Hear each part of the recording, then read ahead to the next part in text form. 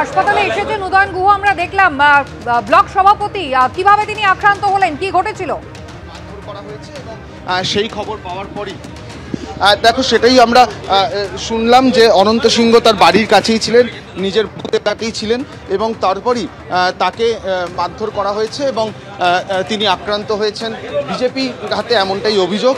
সেই অভিযোগ পেয়েই উদয়ন গুহ বাড়ি থেকে বেরিয়েছেন। সরাসরি তিনি চলে এসেছেন দিনহাটা মহকুমা হাসপাতালে এসে অনন্ত বর্মনের শারীরিক অবস্থার খোঁজ খবর নিয়েছেন। তিনি কিভাবে ঘটনাটা ঘটেছিল সেটা দেখেছেন এবং তিনি এই মুহূর্তে মহকুমা হাসপাতাল থেকে বেরিয়ে যাচ্ছেন। পরিকল্পনা, সেই পরিকল্পনার একটা অঙ্গ হিসেবে আমাকে আবদ্ধ রাখার কথা ভেবেছিল। যাই হোক, নির্বাচন কমিশন হয়তো সেটা অনুমতি দেয়নি, কিন্তু কিন্তু আমাদের সবচাইতে দুঃখের কথা যে পুলিশ এটা বুঝতে পারলো না যে এদের পরিকল্পনাটা কি এবং সেইভাবে যে ব্যবস্থা নেবে ভ্যাটাগুড়ির ক্ষেত্রে সেই ব্যবস্থাটা নিশ্চয়ই ঘাটতি ছিল।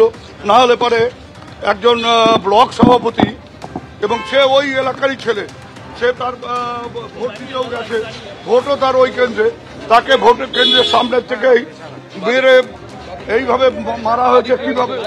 কিভাবে মারা হয়েছে এবং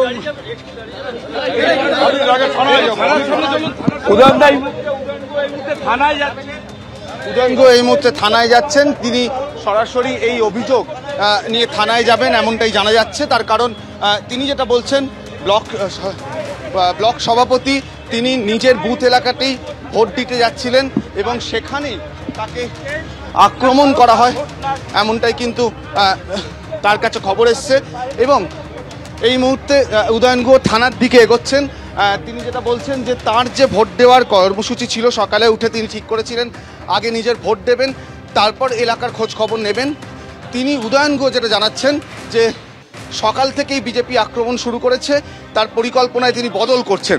আর একবার শুনবো কি বলছেন। লোকাল থানাকে আমার মনে হয় ইনঅ্যাক্টিভ করে রাখা হয়েছে, যার ফলে এই ধরনের ঘটনা ঘটছে। না হলে পরে আমি কিছু দেখতে পাচ্ছি।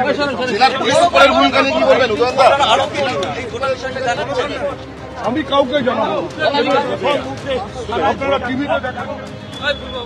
দেখতেই পাচ্ছ উদয়ন গুহ এই মুহূর্তে দিনহাটা পুলিশ স্টেশন যেটা রয়েছে সেখানে তিনি ঢুকছেন।